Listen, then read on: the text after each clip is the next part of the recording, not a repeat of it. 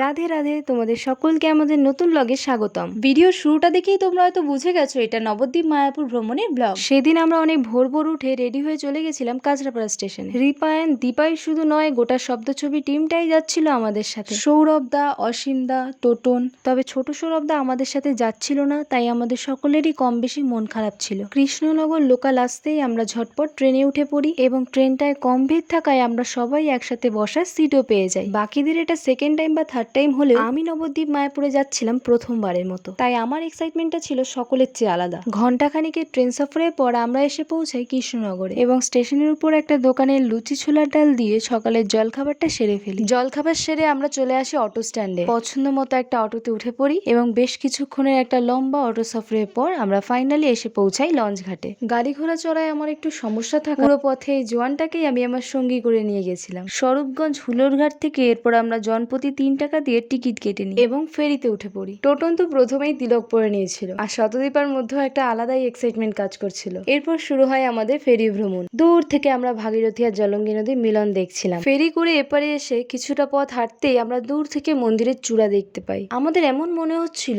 আমরা যতই এগোচ্ছি মন্দিরও দূরে সরে যাচ্ছে। মনে হচ্ছে আর একটু হাঁটলেই মন্দিরের কাছে পৌঁছে যাব, তবু কিছুতেই পথ ফুরোচ্ছে না। এই ছোঁয়াছুঁয়ির দ্বন্দ্বে অবশেষে আমরা পৌঁছে যাই মন্দিরের কাছে। মন্দিরের কাছে পৌঁছতেই কিছু কাকিমারা এসে আমাদের তিলক পরিয়ে দেয়। অতক্ষণে টোটনের তিলক তো আচ্ছাই হয়ে গেছিল। শুরুতেই আমরা গীতা ভবনে প্রসাদ পাওয়ার টিকিট কেটে নিই। এরপর যথারীতি আমরা পুরো ইসকন মন্দিরটা ঘুরে ঘুরে দেখি, কিন্তু সেখানে ভিডিও করা অ্যালাউ না থাকায় আমরা তোমাদের কিছুই দেখাতে পারছি না। আমার তো মনে হয় এটাই সঠিক, যে কোনো পুজোর স্থানে বা আরাধনার জায়গায় ভিডিও করতে না দেওয়াটাই উচিত। প্রচুর মানুষ সেখানে যায় ঈশ্বরের কাছে প্রার্থনা করতে, তার নাম করতে, কিন্তু আমরা যদি সেখানে গিয়ে ভিডিও করি তাহলে এক কথায় তাদের ডিস্টার্ব করাই হয়, সাথে সাথে মন্দিরের শান্তির পরিবেশটাকেও নষ্ট করা হয়। এরপর যথারীতি আমরা চলে যাই গীতা ভবনের ওখানে লাইনে আছে, সেখানেই একটা লম্বা লাইন টেনে তারপরে আমরা ভেতরে প্রবেশ করি। প্রসাদ কেমন বা প্রসাদের স্বাদ কেমন তাই নিয়ে নতুন করে বলার কিছুই নেই, কারণ প্রসাদের স্বাদ সবসময় অমৃত সম। প্রসাদে ছিল ভেজ পকোড়া, অন্ন, ডাল, সবজি, রুটি, পনিরের সবজি